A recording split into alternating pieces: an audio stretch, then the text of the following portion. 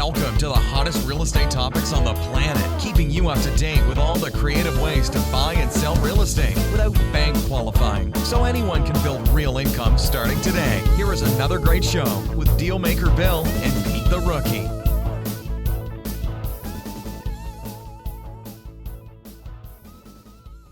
Okay, here we are with another episode of Flipping Houses for Rookies. Good morning, Peter. Morning, Bill. Screaming at everybody this morning. Well, podcast number 345 is today's issue 345. The name of the podcast is called Proven Ways to Get Money from Creative Real Estate in Today's Economy. And here is the description. It is amazing how many tout off you should turn houses into income. Yet you keep trying and often can't quit your regular stream of income because real estate doesn't provide you the reliable paycheck you need to depend on, which leaves you to believe having a steady income from real estate is a fantasy or for the supernatural. 76% of Americans live paycheck to paycheck and frown on how simple it could be to fire that boss and never really get started. Why is this? What could you do today to turn your income around and start building a nest egg using creative real estate strategies? In today's podcast, we're going to cut to the chase and give you the tools you need to fill your pockets, mattresses, bank accounts, even restaurant accounts. The mattresses are for you Italians, Peter. Absolutely. So you can buy your life back. So you can buy your life back and live on your terms without having to apologize or feel you have done nothing but good for this world. So let's do our... Go ahead, you want to say something? I'm still stuck back at 76% of people living paycheck to paycheck. Frown on. Thinking you can get out of it. And I can only think that they have to say that to themselves to justify the fact that they're not even trying. You go, you can't. Oh, my God. Don't frown on it. Try it. Well, unfortunately, security blankets are a bad thing. You know, once you're used to getting that paycheck week after week, and your financial plan is used to that, it's kind of hard to change, right? The man got the money. So it's a whole nother podcast, which we probably have done already. I think we've done already a few of them, but we won't be talking about it today. It's all about habits. Yep. Right. But let's do today's house work. So we record this podcast every Thursday morning, 9:30 a.m. Eastern Standard Time. If you would like to be part of the podcast and ask questions or put your comments in, we live stream it to Facebook, YouTube, and Twitter. So wherever those platforms allow you to communicate, you can do so. You can type your questions in there. And we are directly hooked there. It's a straight wire between here and there, and I get your communication immediately right in front of me. As long as the podcast is as long as the question is pertaining to the podcast, we will answer the question. If not, then I'll defer you to one of our other platforms, which are one of them is WhatsApp Messenger. It's called Let's Talk Real Estate, so you can join us there. There's 100 and something people in there, I think, that are all creative real estate people. They think like we do. So if you want to do some masterminding or just stay connected with people that are in the business so you can keep a lifeline into the industry, that's a great place to go. If you have a direct question for me or it's a personal question you don't want to put in the group chat, you can go to flippinghousesforrookies.com, and on the top right hand side there's a button there that says support, and I answer those support questions. I used to do them several times a day. Now I do them 2 or 3 times a week, just because of schedule stuff. But I go in there very often and check them. Also, you should subscribe to us wherever you're listening to us or watch us. You should also like us or dislike us, depending on your feelings about us. And if you can leave us a review, that would be awesome. That's kind of our report card for spending 5 or 6 hours a week developing this podcast and making sure you can hear it weekly. We've done it for 345 weeks now, Peter. How long is that? I've never done that, so let's do that. I've never done the years. 345 divided by 12. 6 something. 6 years plus.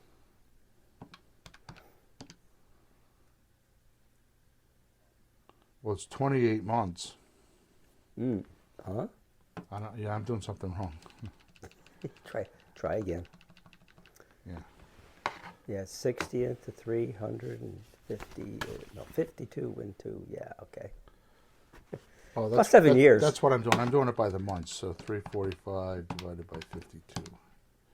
Yeah, 6.5 years. So that's pretty cool. All right, good. Yep. So enough chit chat. Let's get down to business here, brother Pete. You ready? Yes, sir. Go for it. So let's start off with why you should feel like a superhero when doing creative real estate deals. Why would that be? Why should you feel that way? Well, it's a pot of gold. Okay. There's a rainbow, there's a leprechaun, there's a pot of gold at the other end. So getting there is really good. Okay. So what Peter just did is the wrong answer. Of course. I never know what you want me to say, so I say what I say. No, and it's not what you have in mind, so go ahead. No. It's what's No, it's true. what's correct for you.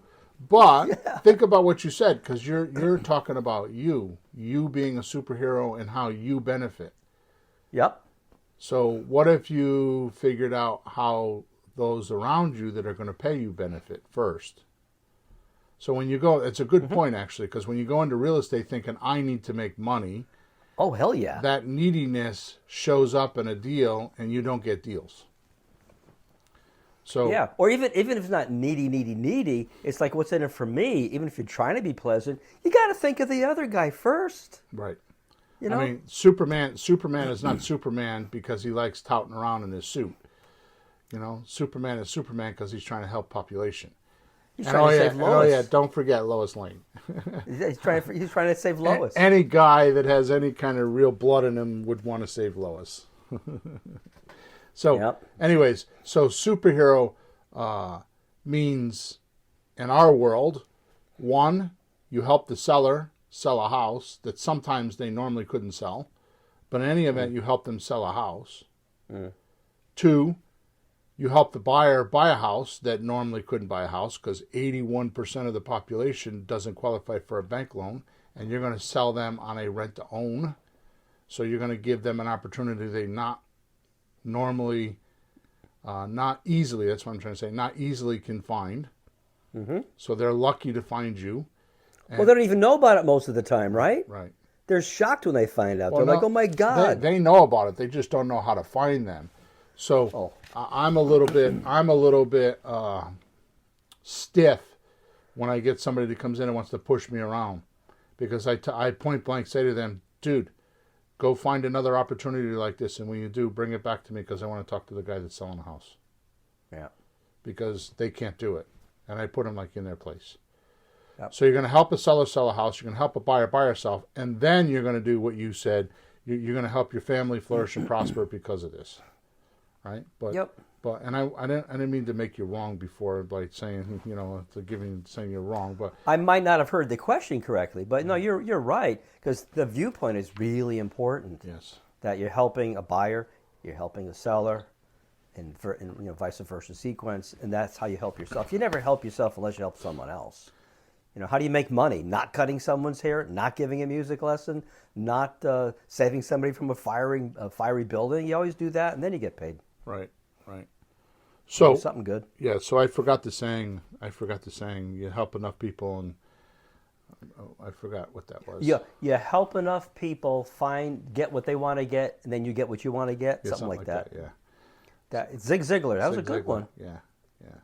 So, anyways, the point is that what most don't realize, and being off script here a little bit, what most don't realize is that if you truly help your seller and you truly help your buyer, it is almost impossible not to make money. Yeah. Almost impossible. Because you're going to be transparent about everything, right? Yep. So,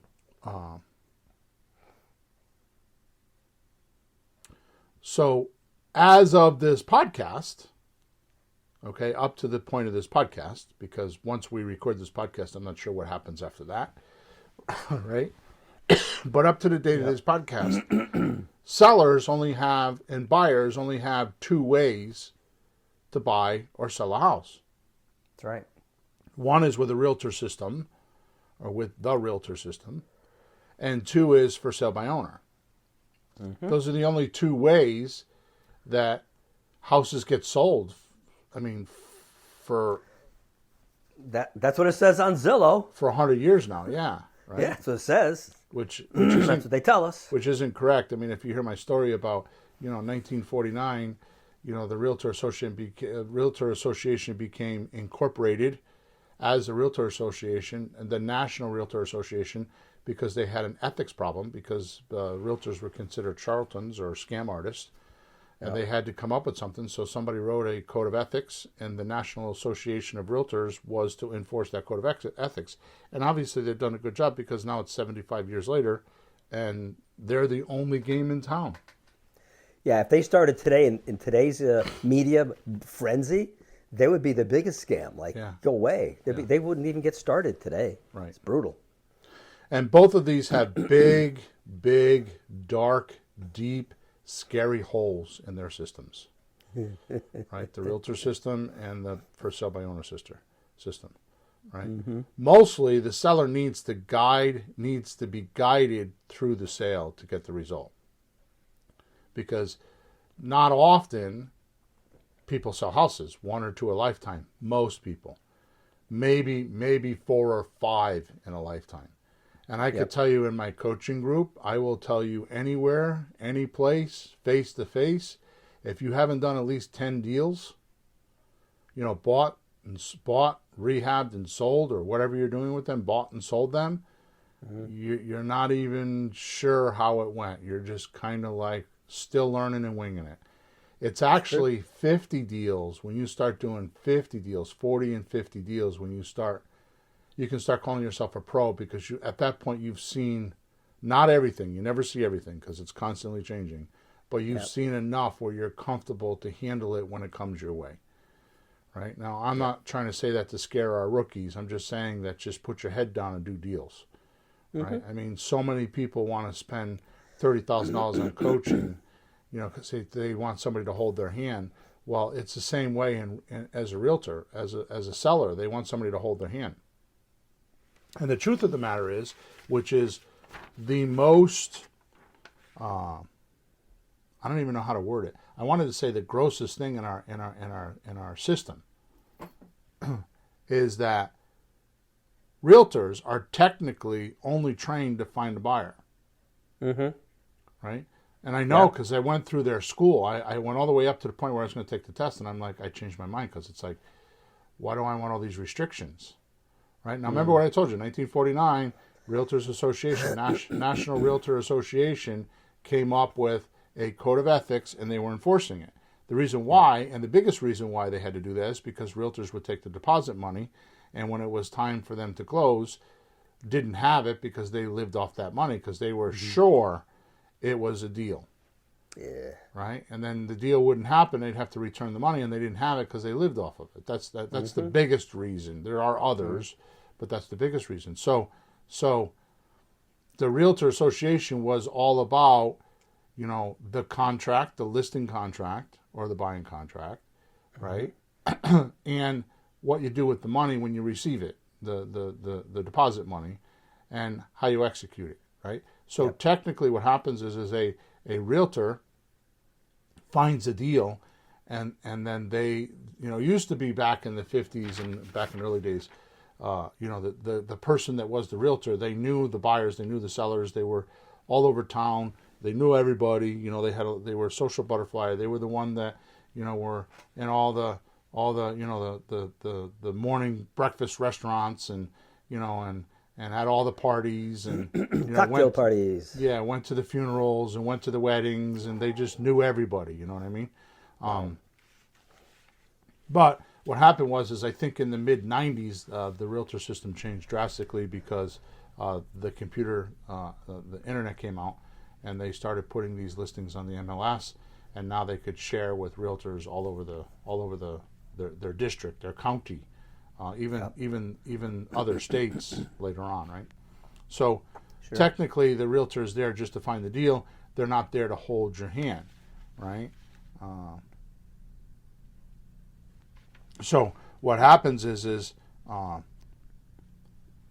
we did a podcast a long time ago, back in the early days, like lower than 100 somewhere, and we talked about how to hire a realtor.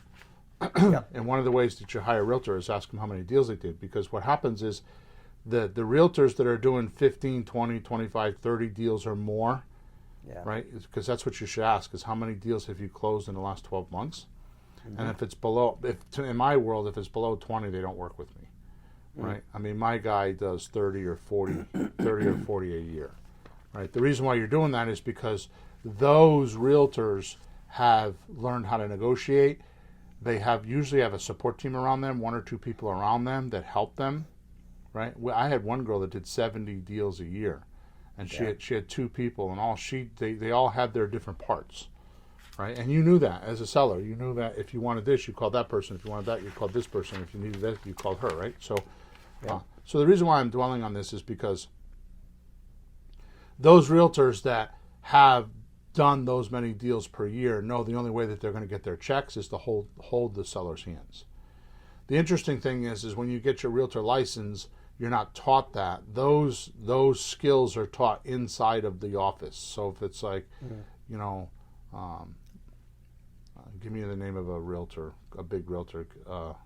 Remax. Yeah, Remax. So if you're in a Remax office, the owner, which is individually owned, the owner of the Remax office will train you how to hold hands and get the deals done. It's not part of their realtor license.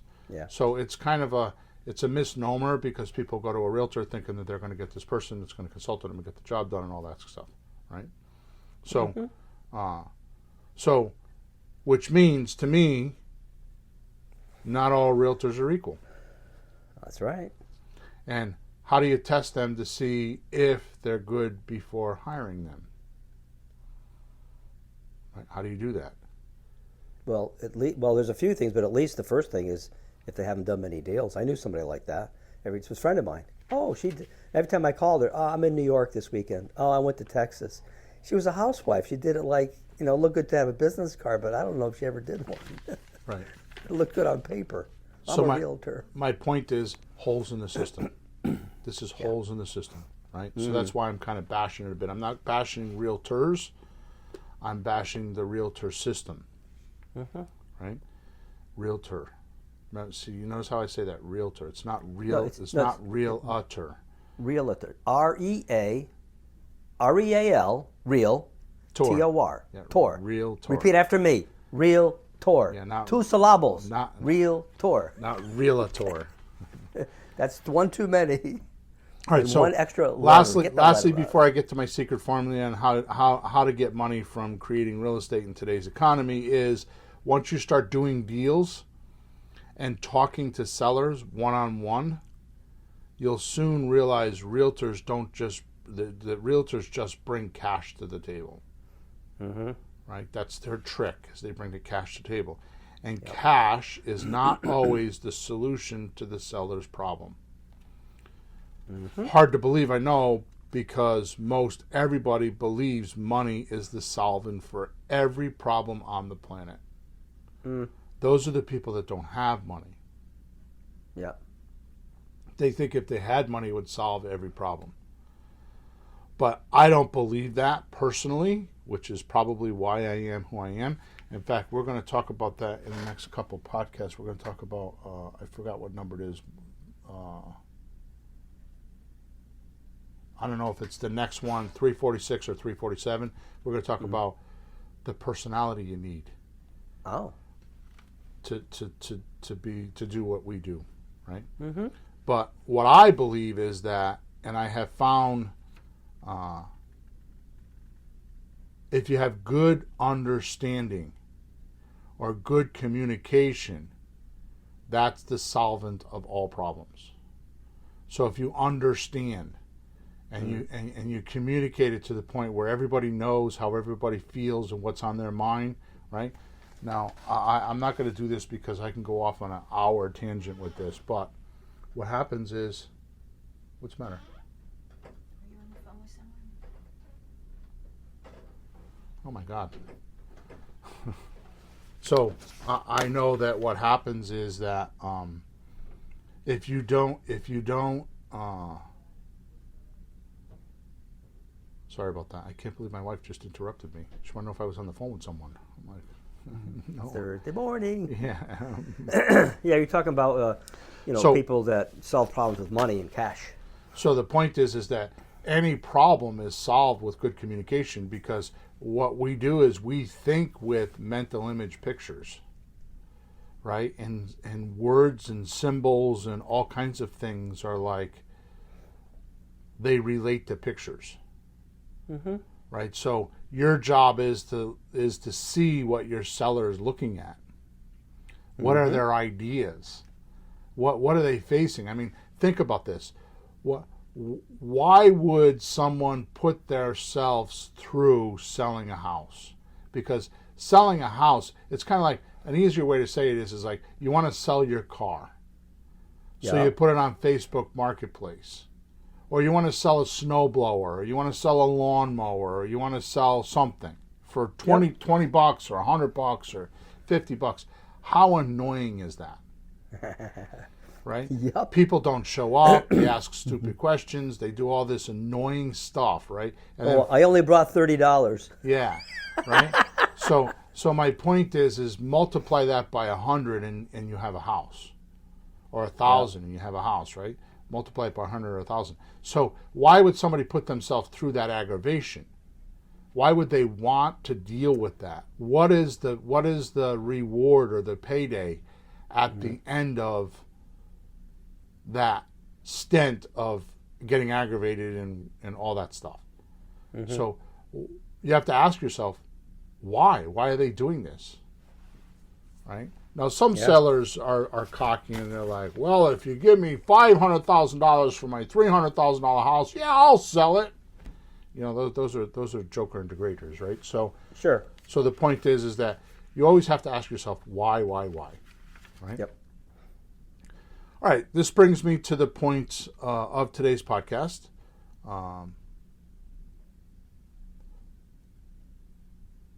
If you need cash in real estate, there's a formula. And I'm going to go over that formula for the rest of the podcast. Oh. So the formula is simple. It's only, I think it's 5 or 6 steps. It's going to take us the rest of the podcast because of me explaining it. But there is a formula, and it is very, very simple. And when you look at it, you know what it is, Peter, because we've done it. When you look at it, the way I'm going to explain it to you today, I'm going to tell you before I even start, the reason why you don't have money is because, well, I'll get into that, but the reason why it's your viewpoint. It's how you're looking at things. So you need to change that. And the fact that you might discard what I'm about to tell you as being too simple. Kind of proves your point if that happens. Right. Exactly. So here we go. So the first thing you need to do, you need to outflow. You need to promote and produce offers.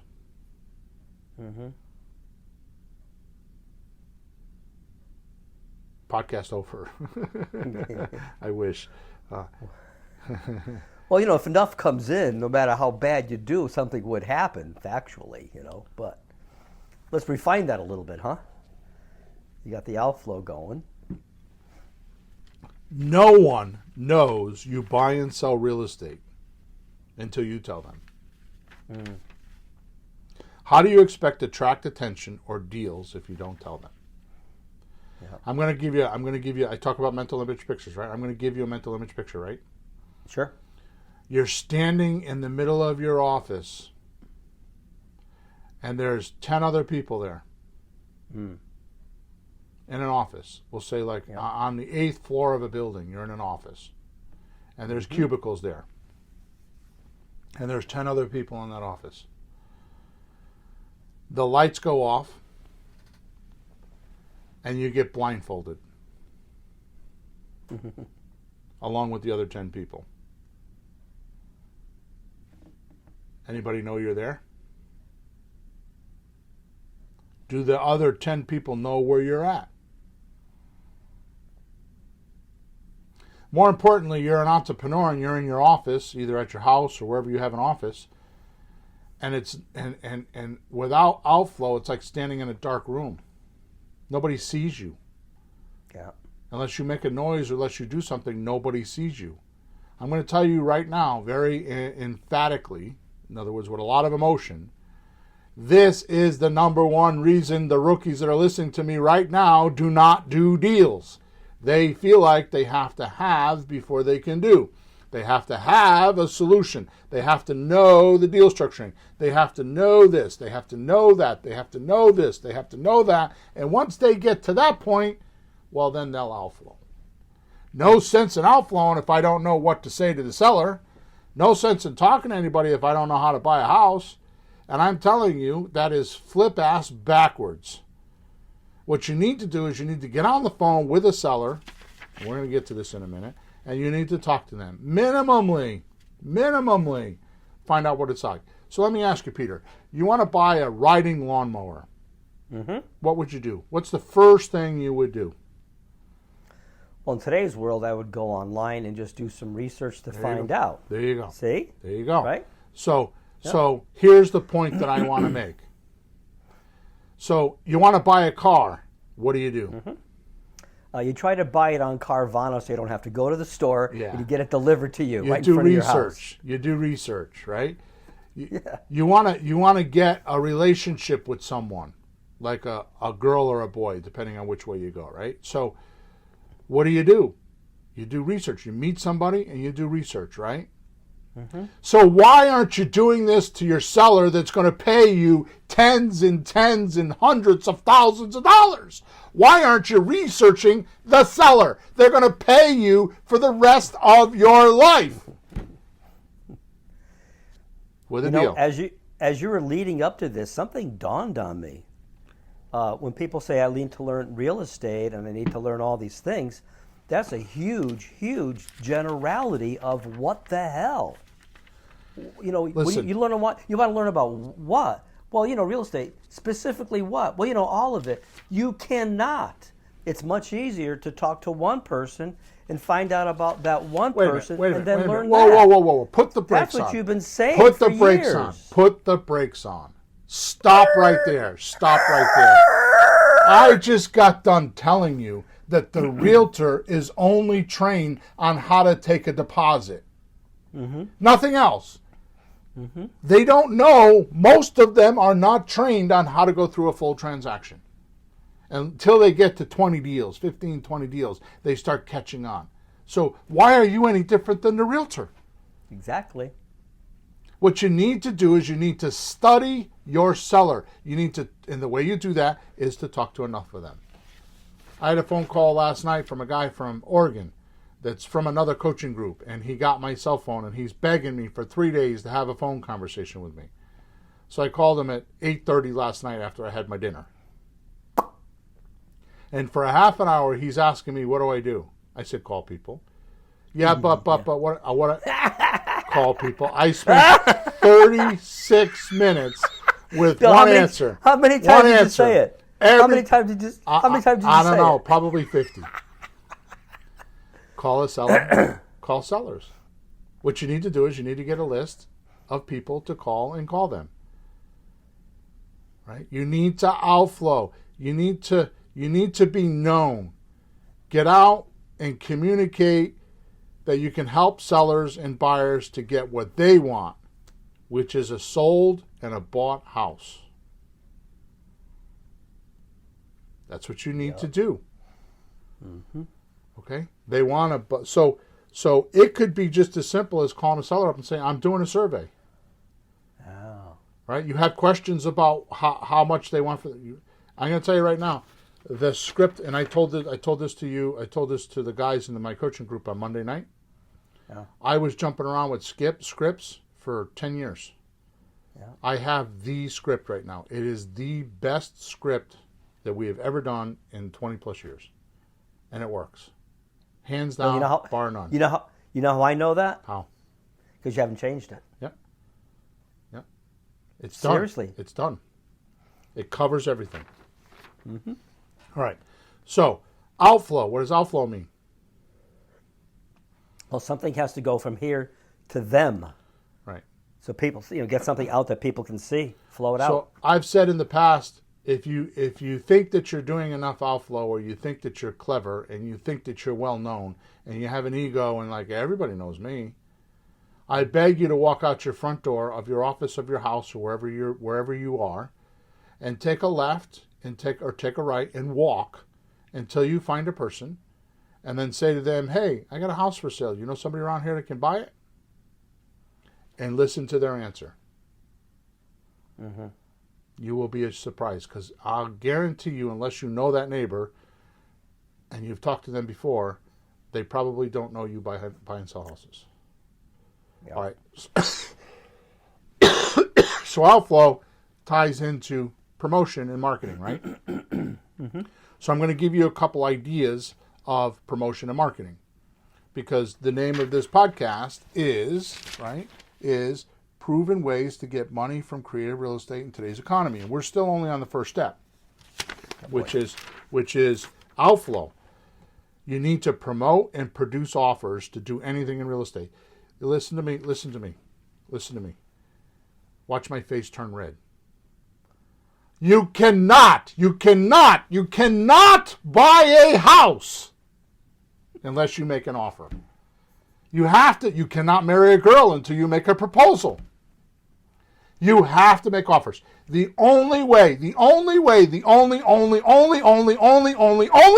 make money in real estate is to make offers. No other. Now, did I say you have to buy those offers? Did I say you have to close on those deals? No. But if you learn how to make offers, and offers are very simple. Like, Peter, what are you asking for the house? $251. Okay, is that the best you can do?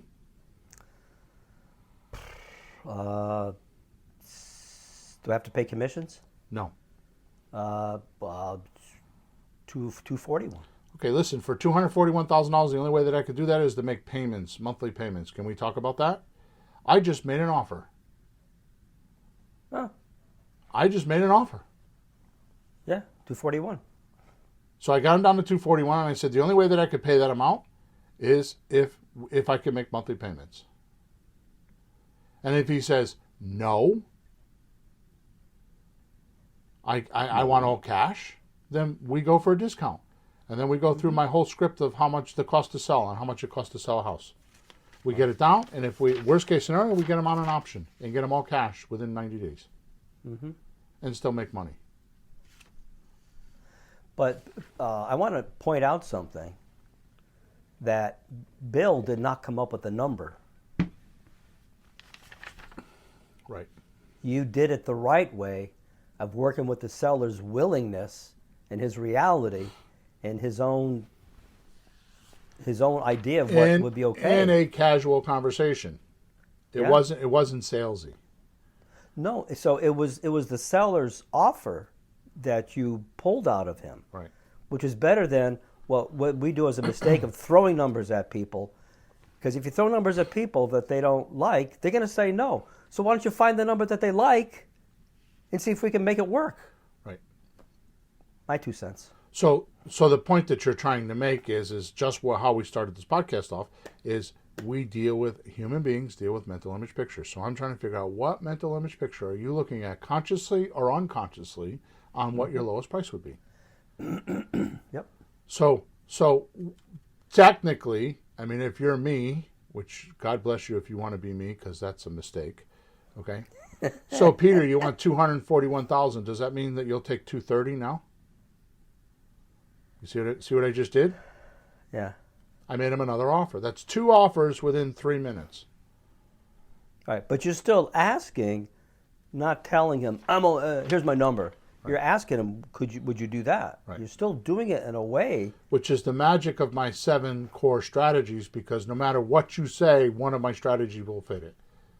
Yeah. Like if you say 241, I could probably do an option agreement with that. I may not sell it, but I can go test the market with it. But think of this: if I did a 30-day option agreement with you at 241, right? Mm-hmm. And it's worth 250, which is too close. I wouldn't waste my time. But I could go do that. If you have no other deals, then what other way to do it? I mean, what a great way to get experience with no risk. No risk. No, here's my point. Yeah. You go to the market and you test the market, and the market says, "Oh no, we're not going to pay 241." Oh, yeah. You come back to the seller and say, the highest number I got was blah blah blah, and I got 5 people that gave me that offer. Yep. Right. That's what the realtor's going to do. How many times do realtors sign listing contracts and then come back three weeks later and say, "Well, we're not getting a lot of. We got to drop it 10 grand." The realtor does the same exact thing. So what are you worried about? Yep. Right. All right. So promoting. 1, you could text lists like FSBOs for sale by owners, expired listings, and out of area owners, foreclosures, etc. You need a system to do that. Obviously, I created with my partners a system called Creative REI Reply. It does all that for you. We'll talk about that at the end. It does all that for you. But there are others out there that you can do that. That's if you have money and you want to do it. If you don't have money, then you could go to, which is number 2, you can go to social media. I suggest getting in the buy and sell groups on Facebook, right? And just go in there and just start, if you live in, Keokuk, Bumsville, you know what I mean? Mm-hmm. You can go into Facebook and put Keokuk's Bumsville, whatever I said, and put buy and sell group, and you'll find them. Mm-hmm. Tag sales, estate sales, buy and sell groups in Facebook, and you can put in there. You'll find deals. You can put in there. Anybody want to sell a house? I buy houses. Anybody want to sell a house? Mm-hmm. Right. So you can also go into Facebook under Marketplace, and they have a section in there, sell houses, and they also have a section for rent. So you can go for rent, right? And you can go in there, and I think I talk about this later on, but you go in there and you type in, would you consider renting for a year or 2 and then selling to me? You type it once, copy and paste it 24 more times a day.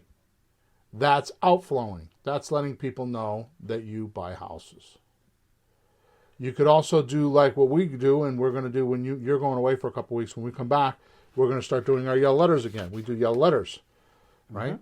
Mm-hmm. Yellow letters is a proven way to buy houses, right? You use the same list as number 1, like in for sale by owners, expired listings, out of area owners, foreclosures, those lists.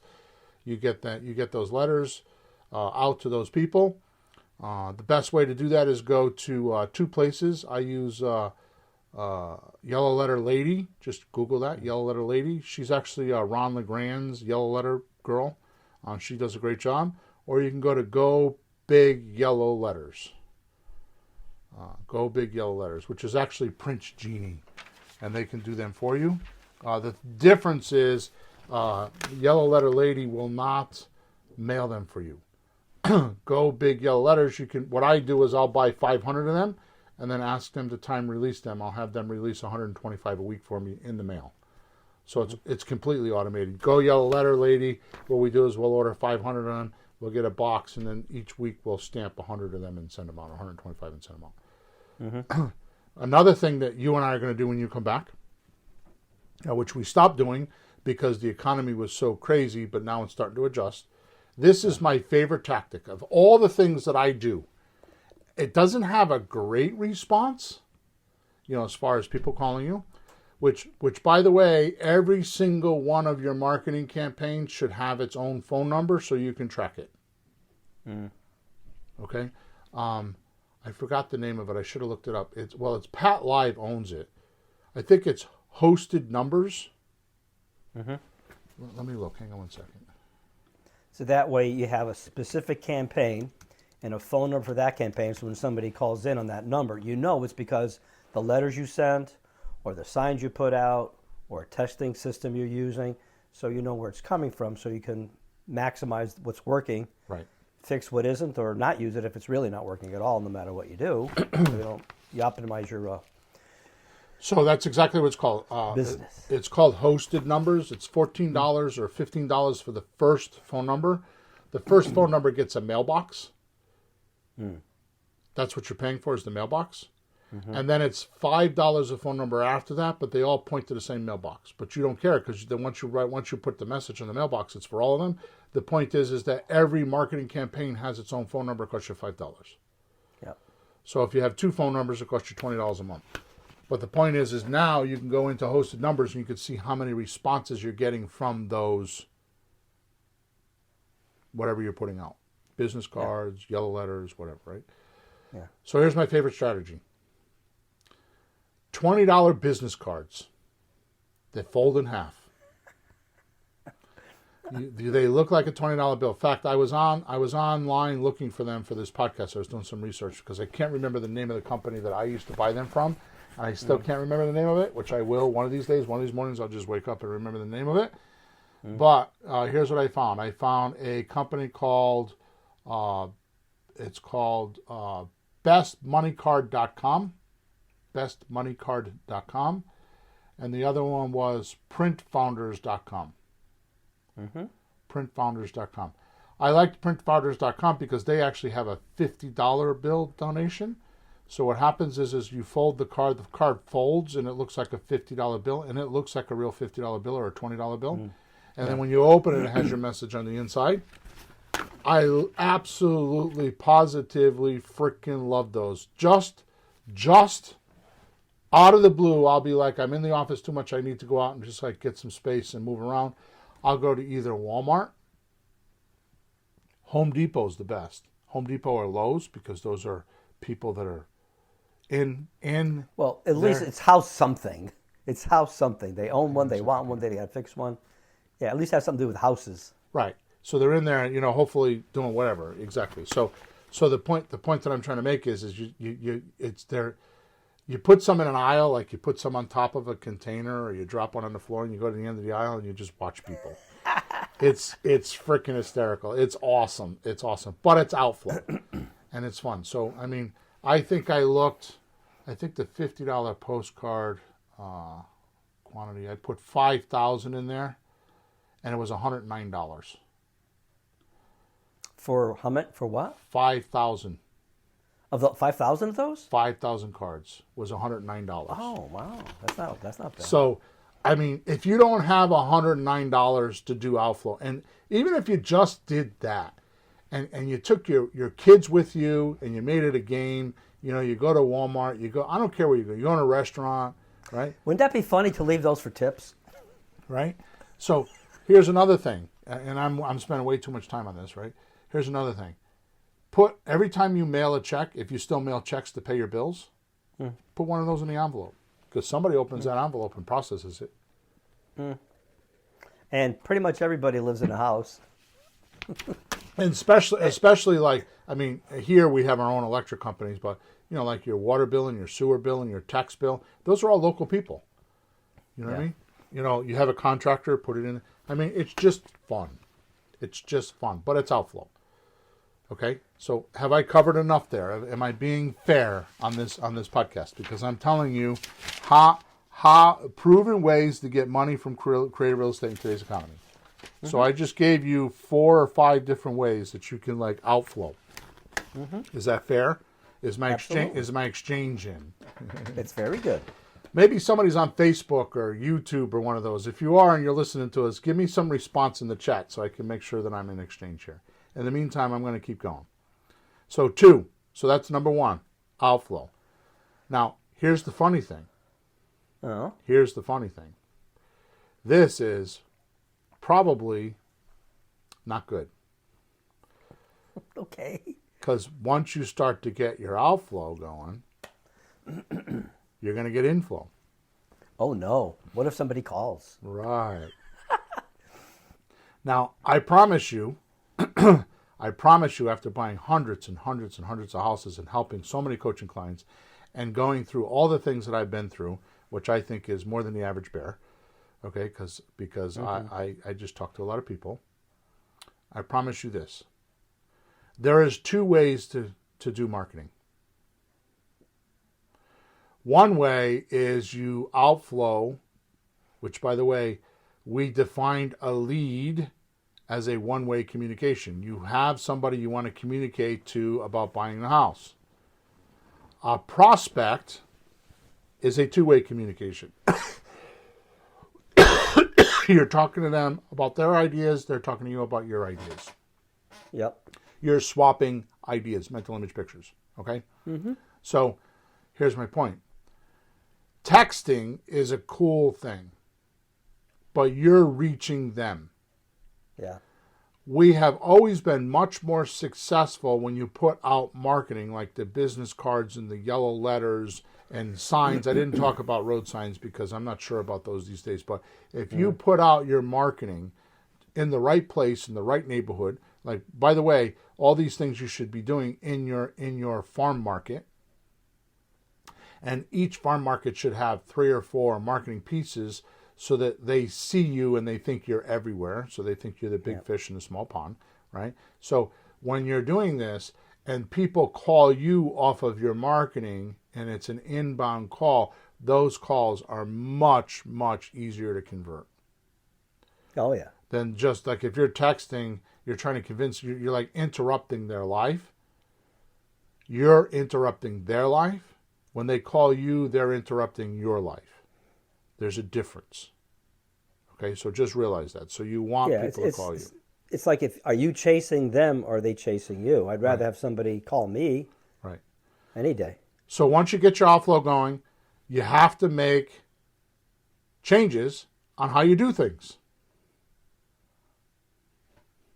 Mm-hmm. Kind of common sense, right? If you don't do this, which many, many, many, many do, and if you think I'm full of crap right now, I beg you, I promise you, I'm on my knees with my hands clapped. I beg you, to the next time you see one of those houses for sale signs, to call the phone number and see how you go into a blank abyss. Nobody answers the phone and nobody calls you back. Oh, even the ones for sale, right? No. I'm talking about what? I buy houses. Mm-hmm. I buy houses. Signs. Yep. Oh, call them, and you'll find out. Here's another one, which, by the way, we got a heart on that one. So here we go. I had a coaching client that had a severe reality adjustment. Phil. The reason why is because he does what I tell him to do, and he has a house that he's trying to sell right now, and he keeps talking about how people like us are contacting him. And now he fully understands why he gets treated the way he does, because he didn't realize that there are so many jerks out there that don't do things right. Yeah. Right? Which, by the way, I'll be with somebody on the phone and they'll say to me, well, I get 50 phone calls like you every single day. And I'm like, okay, how many offers did you get? And they go blank. They can't answer you. Mm-hmm. Because everybody wants to do a via, like, not go straight on, but put it on some like other line, right? Yeah. And the reason indirect. Indirect. And they're using VAs and assistants and think that they're actually doing the business, and they're not. Mm-hmm. No matter what happens in your life, right? The number one thing you need to change is making offers. And this is where most people fall down, because a lot of people will muster up the energy or the money or the resources to do the outflow, but they won't answer the damn phone. Or if they answer the phone, they don't know what to say, or most important, they don't make an offer. No matter what happens in your life, you cannot buy a house without the proposed offer. Not going to happen. So if you're not buying houses, The reason why, the only reason why, the only reason why you don't have money from buying real estate is you're not making offers or enough offers. Or, as we have talked about in other podcasts, if you are making offers, they're unbalanced. Those are the only reasons why. There are no other reasons why you are not making money. None. Absolutely none. None. No money equals no offers or very bad offers. Yep. No others. So if you're making offers, and when I mean making offers, I'm talking about 2, 3, 5 offers a week. If you're not doing that, if you're making 3, 4, 5, 10 offers a week and you're not buying a house within a month, there's something wrong with the way you're making your offers. Oh, yeah. The point is that most people do not answer their phone, do not have a conversation, do not make proposals to their seller of what they can do. End of story. You have no money. You are broke. Can't quit your job. Can't get rid of your income. Can't change your life because you're not making offers. End of story. No other reason. Stop bullshitting yourself. Stop. I'm like wound up this morning. Don't say it. Don't say it. It's mental masturbation. You're Said playing with yourself in your own mind, okay? If you boy. think it's anything else, it isn't. Which brings me to number 3, right? The most important part of the formula, you need to tighten your belt. You need to tighten your belt. Tighten your belt.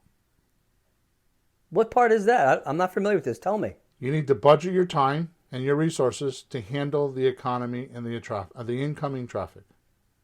Huh. You need to tighten your belt. You need to change your current operating basis, because what you are doing right now is getting you no money or not enough money. Whatever you're doing, whatever your habits are, whatever your routine is, whatever it is you're doing isn't working. Hello, wake up. So keep doing it. Keep doing it. Do it again. That's the definition of insanity, isn't it? Yeah, I'm going to talk about that pretty soon, actually. Oh, right? no.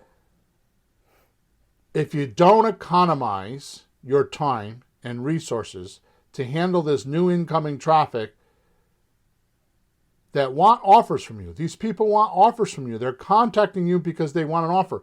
Nobody wants you to buy their house. Nobody. No seller wants you to buy their house. Not at first, no. They want an offer. If you got a house for $200,000, your offer's $100,000, they don't want you to buy it. But if you got an offer, if you got a house, they have a house for $200,000, you want to give them $200,000, they're going to listen.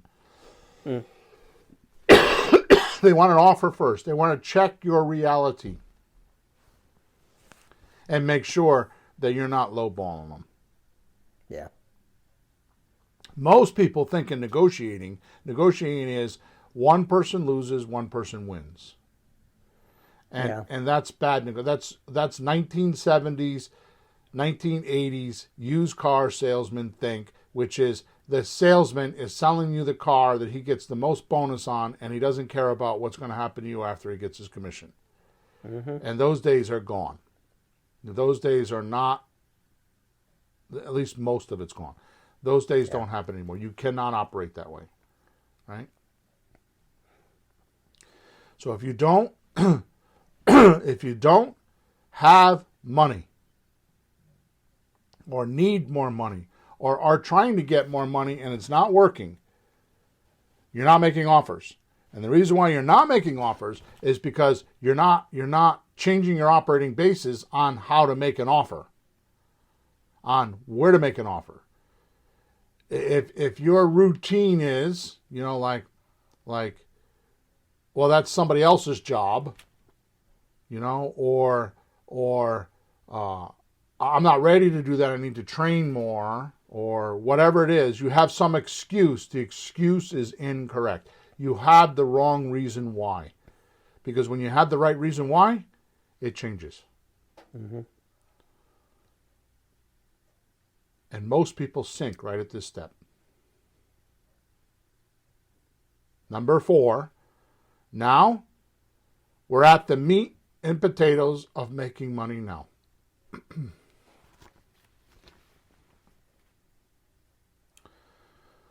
You need to start producing closed deals from your offers made. You need to act on these potential deals. See, our proposal just tested the seller's motivation, our seller's likes, our seller's ideas of solutions, etc. And we're matchmaking. We're trying to see if we can help them. And when I say we, by the way, we are going to buy a property. That is incorrect. We are not buying the property. We're just sustaining the deal so we can offer to our buyer. Our buyer is buying the property. So you negotiate with the seller and your profits come from the buyer. So the buyer's popularity means everything. So the buyer is going to buy the house, not you. Yep. So at this point, you should have a simple memorandum signed once you get this agreement, these agreements we're talking about, from your proposal. So you propose, we could do this. How about if we do that? How about if we do this? And yeah.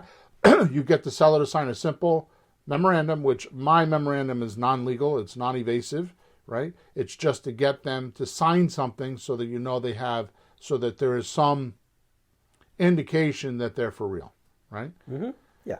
Now that you have that, that agreement that talks about what price you settled on, what monthly payments you settled on, and what duration of the deal you settled on, and a down payment if they talk about it, which we've had plenty of podcasts about that.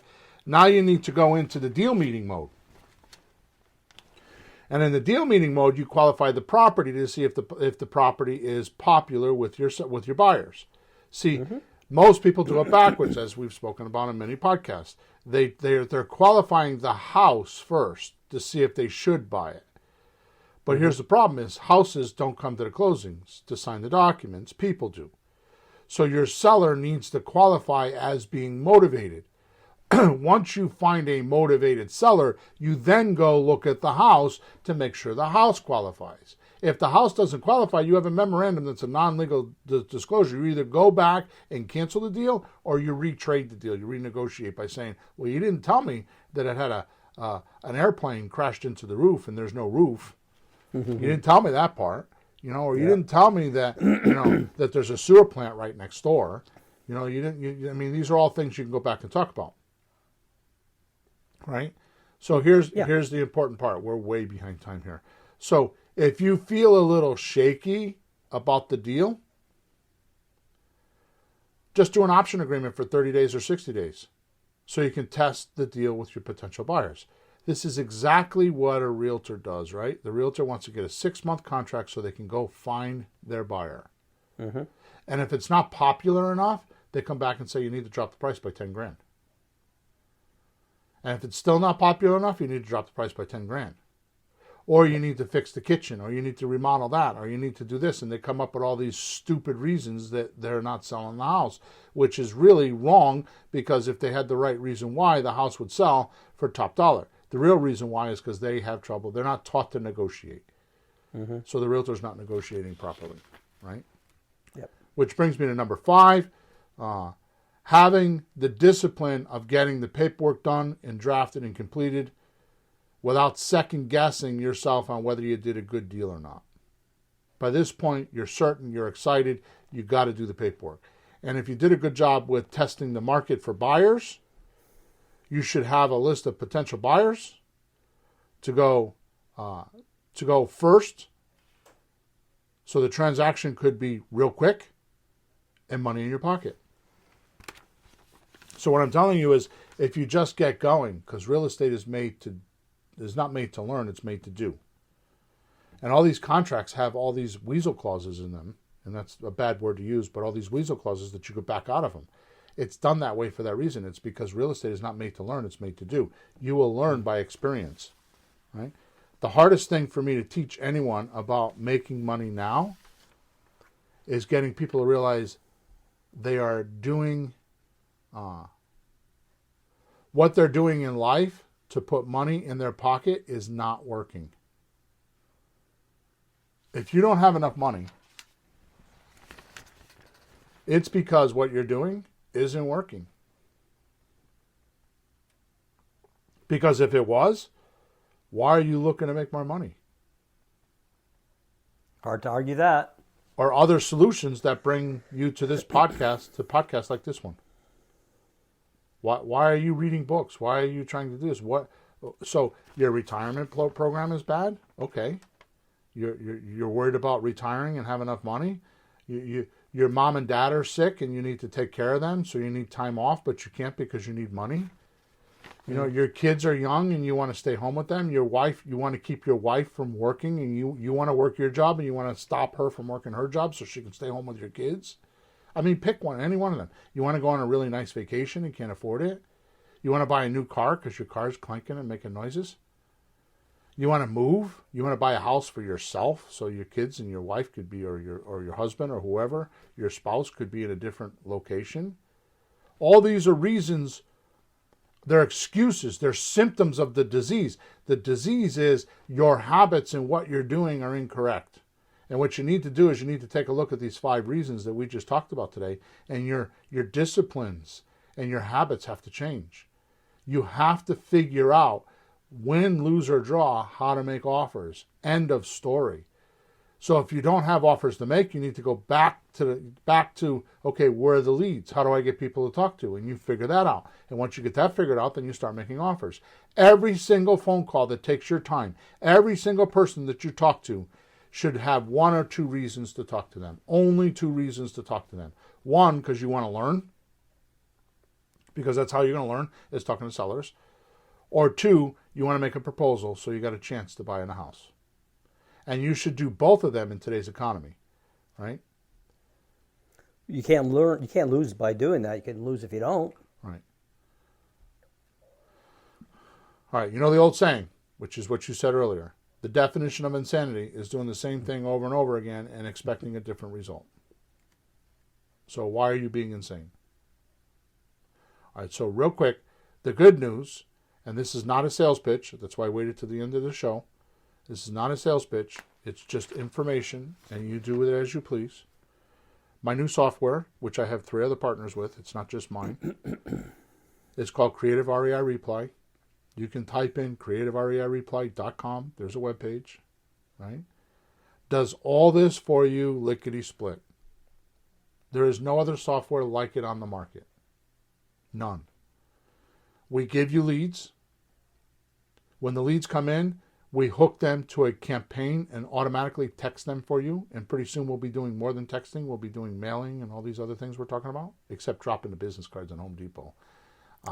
That's too much fun. You got to do that yourself. That's the fun part. That's fun, right? You made that sound fun. It is fun. We're going to be doing, when you come back, we're going to be doing that. So, so we put leads into your account every single day. Once you get the leads in your account, we hook them to the right campaign and say the right things to the right people, because each person, each type of seller is a different way to talk to them. So we do all this automatically. Then once they respond to you, we give you scripts, so you know the perfect scripts that are very well used. And we do a support call every Thursday night. So my users, I go face to face with my users every Thursday night, plus support tickets every day, right? So I know that this stuff works because I hear the success stories, right? I hear them every single week about somebody that just cashed a $30,000 check, somebody that cashed a $20,000 check, a $5,000 check. I hear them weekly, right? Then, once you start talking to the seller, we give you a calculator. You put 5 or 6 numbers into the calculator, and it spits out the offers as if I made them for you.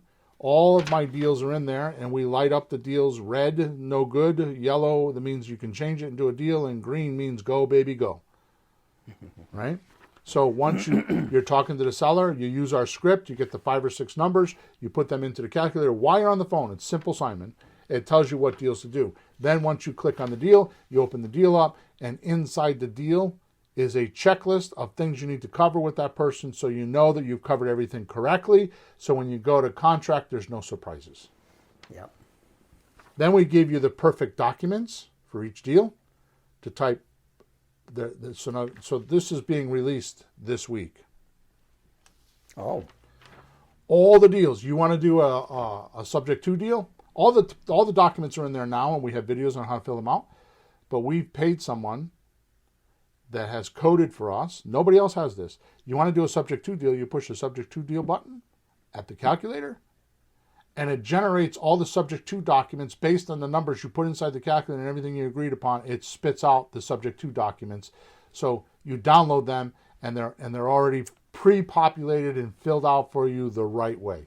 So you don't have to even worry about building the documents anymore. We do it for you. We give you the documents, which is worth a fortune. We give you the documents, and we pre-populate them and give them as a download. And pretty soon we'll have it so you can just send them to the seller and have them sign them. We're working on that next. That's nuts, Bill. That's absolutely nuts. And then when you close the deal, because you're going to be closing deals, we have a whole system in there on how you automatically, you put the selling process on automation. And you automatically sell the house. And it could be a vacant house or a non-vacant house. We have two different ways you can do it. Mm-hmm. Right? So I only say this because the way I'm talking to you today was all the manual ways. And some people will want to do that. Right? But some people will want to spend a couple bucks, and there's no more excuses. I'm done. I've heard too many. I don't even know what to say. I'm speechless. I've listened to it for too many years. Yeah. Decades, at least a decade or more. 12, 13 years I've been listening to how do you do this and how do you do that, and I've explained it to way too many people. Some get it, some don't. Mm-hmm. So what we've done is we've created a push button software, which is almost impossible to believe, in creativeaireplay.com. So if you want to fill your pockets, your mattresses, bank accounts, or the retirement accounts, the final question for today's podcast is, are you ready to make some changes as soon as possible to get out of the making not enough money rut? Mm-hmm. Now here's what I've done in today's chat. Oh. And every day I put a link in there. I mean, every podcast I put a link in there. Uh-huh. What I've done is I put a free link inside the description. I say chat all the time. I don't know why I do that. Inside the description, and it's a webinar class.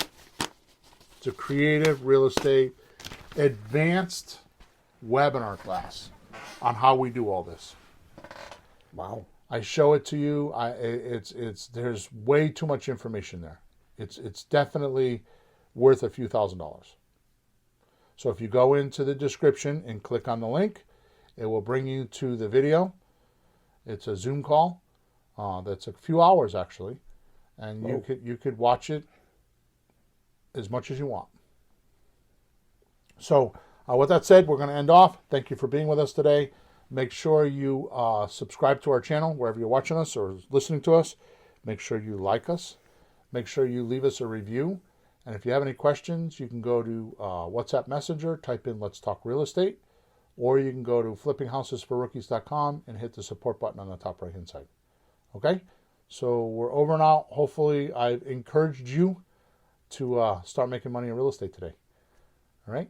So send me a support ticket if you did a deal or if you're working on a deal or if anything that you heard today worked for you and you wanted to brag about it, send me a support ticket and I'll announce it on the podcast.